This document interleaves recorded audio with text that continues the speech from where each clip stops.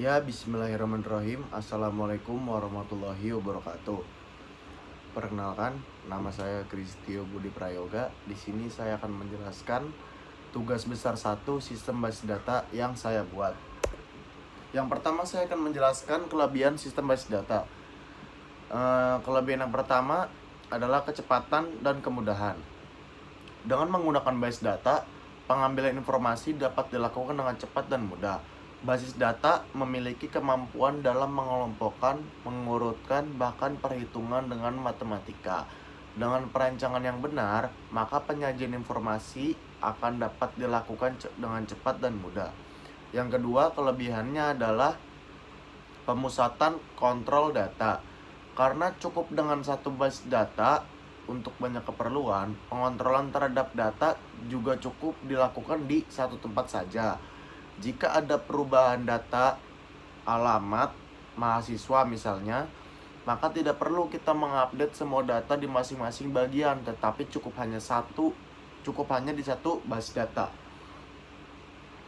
Yang ketiga kelebihannya adalah efisien ruang penyimpanan atau space. Dengan pemakaian bersama tidak perlu menyediakan tempat penyimpanan berbagai tempat. Tetapi cukup satu saja, sehingga ini akan menghemat ruang penyimpanan data yang dimiliki oleh sebuah organisasi. Yang keempat kelebihannya adalah penerapan secara ketat aturan tipe data, domain kata, keunikan data, hubungan antar data, dan lain-lain, dapat menekan keakuratan dalam pemasukan atau penyimpanan data. Di sini saya akan menjelaskan tentang kekurangan sistem basis data ya. Yang pertama, lebih mahal pastinya. Sistem basis data itu membutuhkan sumber daya yang tinggi, terlebih untuk melakukan perawatannya secara berkala. Kekurangan kedua adalah proses backup cukup untuk memakan waktu. Sistem basis data itu mencakup banyak file, sehingga jika dilakukan backup akan menghabiskan waktu. Kekurangan yang ketiga adalah bila ada akses yang tidak benar, kerusakan dapat terjadi. Kesalahan dalam mengakses bisa menyebabkan berbagai masalah, terutama oleh sembarang pengguna. Dan yang kekurangan terakhir adalah sistemnya lebih rumit, sehingga memerlukan orang ahli. Sistem basis data yang memang sangat kompleks dan tidak sembarang orang bisa menanganinya, terutama dengan berbagai macam resiko, sehingga hanya orang ahli yang bisa menanganinya. Yang ketiga, saya akan menjelaskan tentang perorganisasian data dalam 6 tingkat. Yang pertama ada data hierarki.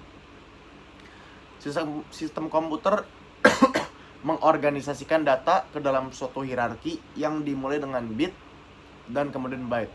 File, record, files, dan database. Bits merupakan unit terkecil dari data yang dapat diakses oleh komputer, dan suatu kumpulan bit yang terdiri dari 8 bits yang mempresentasikan karakter tunggal, dapat berupa huruf, angka, atau simbol. Yang kedua ada berkas. Dari zaman aplikasi komputer pertama dalam bisnis, yaitu pada tahun 1970, organisasi itu mengatur datanya sampai dengan pendekatan tradisional, yaitu dalam bentuk file. Lalu yang ketiga ada pendekatan modern. Database merupakan gabungan dari beberapa file yang saling berhubungan dan dapat mengeliminasi permasalahan yang timbul dari pendekatan tradisional, yaitu file. Yang keempat ada sistem manajemen basis data, yaitu untuk perangkat lunak atau program, atau juga sekelompok program yang dapat memberikan akses ke database. Nah, yang kelima ada model data logis. Kemampuan seorang manajer untuk menggunakan data adalah sangat bergantung pada bagaimana database terstruktur secara logis maupun fisik. DBMS memisahkan tampilan logika dan fisik dari data. Ini berarti bahwa programmer dan user tidak tahu di mana dan bagaimana data sebenarnya disimpan. Dan yang terakhir ada gudang data. Pada saat ini organisasi fokus untuk meningkatkan atau mengganti sistem penawaran transaksi online dan memberikan perhatian khusus untuk membuat informasi tersedia pengguna melalui manajemen akses dan pengaturan efisien. Ini saya membuat RD swalayan ya. Terdapat 4 entitas dan 2 relasi. Entitasnya itu ada member, barang, supplier, proses, supplier dan karyawan di sini harusnya ya. Untuk relasinya saya ada penjual dan pembeli. Penjelasan topologi. Topologi ini sekarang saya masuk ke penjelasan topologi. Topologi adalah jaringan sendiri.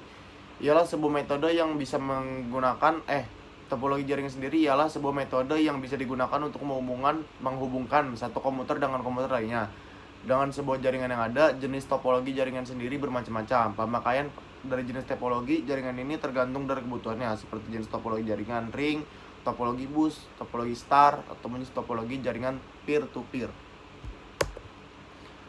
Dan ini contoh ya 4 jenis struktur topologi dasar. Di sini ada topologi ring, di sini ada topologi star, topologi bus, dan topologi peer.